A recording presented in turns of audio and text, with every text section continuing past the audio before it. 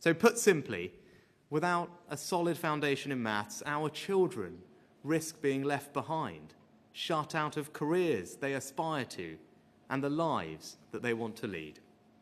Now, in the last decade or so, we've gone up 10 places in the international league tables, and maths has become the most popular of all A-levels. But it's still the case that the UK is one of the least numerate countries in the developed world.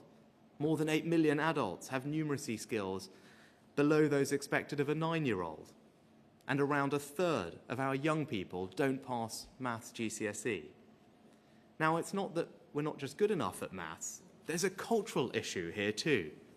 I'll be honest, when my 2 young daughters first heard me talk about them doing more maths, they weren't too excited. And that's just it. We make jokes about not being able to do maths. It's socially acceptable. We say things like, oh, maths, I can't do that, it's not for me, and everyone laughs. But we'd never make a joke like that about not being able to read. So we've got to change this anti-maths mindset. We've got to start prizing numeracy for what it is, a key skill every bit as essential as reading. So my campaign to transform our national approach to maths is not some nice to have. It's about changing how we value maths in our country and changing the way our education system works to deliver it so that all our children get these vital skills for life. Now, parents and teachers listening to this will want to know what that means for our children today. So let me tell you. We're in the process of making maths more accessible, building our children's confidence so that they don't fear maths.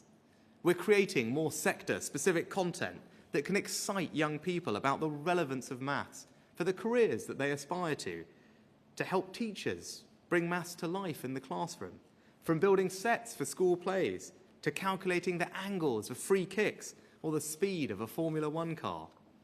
We're extending our maths hubs, unique partnerships of expert schools that support maths teaching. And we're strengthening maths in primary schools, including with a new, fully funded professional qualification for those that are teaching it. But we also need to address a very specific problem that's causing us to fall behind the rest of the world. We're one of the few developed countries where young people don't routinely study some form of maths up to the age of 18. They do it in Australia, Canada, France, Germany, Finland, Japan, Norway, and America. Why should we accept any less for our children? Of course we shouldn't.